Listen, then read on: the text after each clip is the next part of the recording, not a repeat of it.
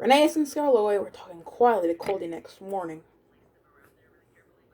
when Duncan stormed up, followed by some Handel. "Hello," chuckled Rheneas. "Here we go." I nearly came on. Those coaches pushed me. Mr. Percival says I didn't. He says I kept a bad lookout. We've no money to mend you, he says. If it happens again, I'll leave you at the back of the shed. Why does he always pick on me? It's no fair. Skarloey said nothing. He just winked at Rheneas. "As you were saying, Culdee, you had 2 coaches on your trial trip. Did you ever carry more?" "No, our line's too steep. We're only allowed 1. We each have our own. Mine's called Catherine. I know her well. She's most important." Why? They're only coaches. "Ours," said Culdee, "are something more. You pull your coaches, and you can see ahead. We push ours up, so we can see. They watch the line for us. The guard watches too, of course, but Catherine's so clever that I know at once if anything's wrong." That must take a load off your mind. Culdee smiled. "But not off my buffers. Climbing's hard work, and needs a lot of steam. My fireman and I have a tiring time." "Coming down," he went on, "is different. Catherine and I just roll. We need no steam for that." Sir Handel sighed enviously. I should like that with your automatic brakes. It sounds like a rest cure. "That," replied Culdee, "was just the mistake poor Godred made." Who is Godred?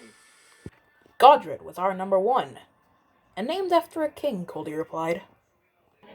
"Perhaps I went to a snowbox and made him conceited. He'd never keep a good lookout. He'd roll down the line looking anywhere but the track. 'You'll have an accident,' I told him." Bah, I got automatic brakes, haven't I? And driver's got his air brake. What more do you want? "More sense from you," I said. "No engine can stop at once if listened to its driver's controls." The first thing a young engine learns. Godred never learned sense. His driver and fireman and the manager all spoke to him. They even took him to pieces to see if anything was wrong. But he still went on in the same old way.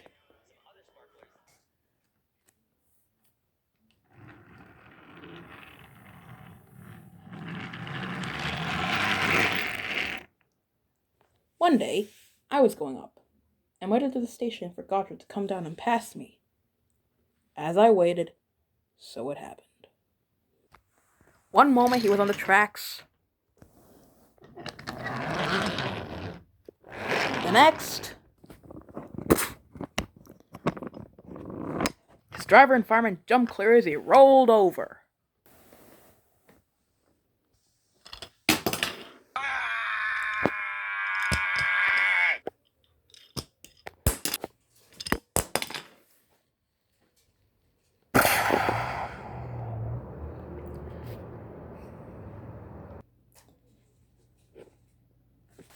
No one was hurt.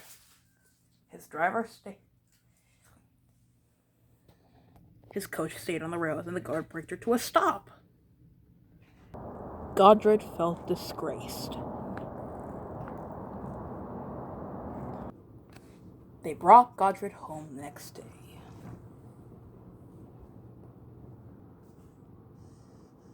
We have no money to mend you, so you'll end up at the back of the shed.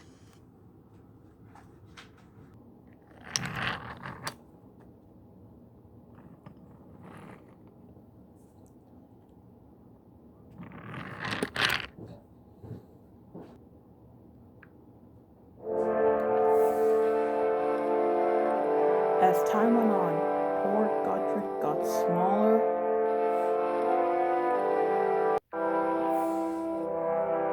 and smaller and smaller till there was nothing left.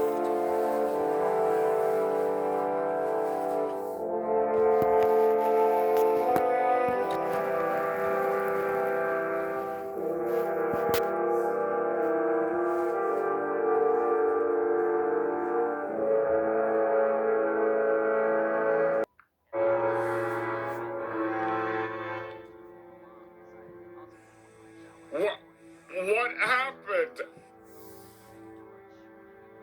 It's best not to talk about it, said Culdee.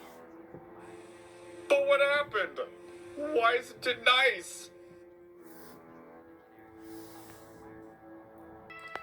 Our drivers use Godred's parts to mend us, answered Culdee mournfully.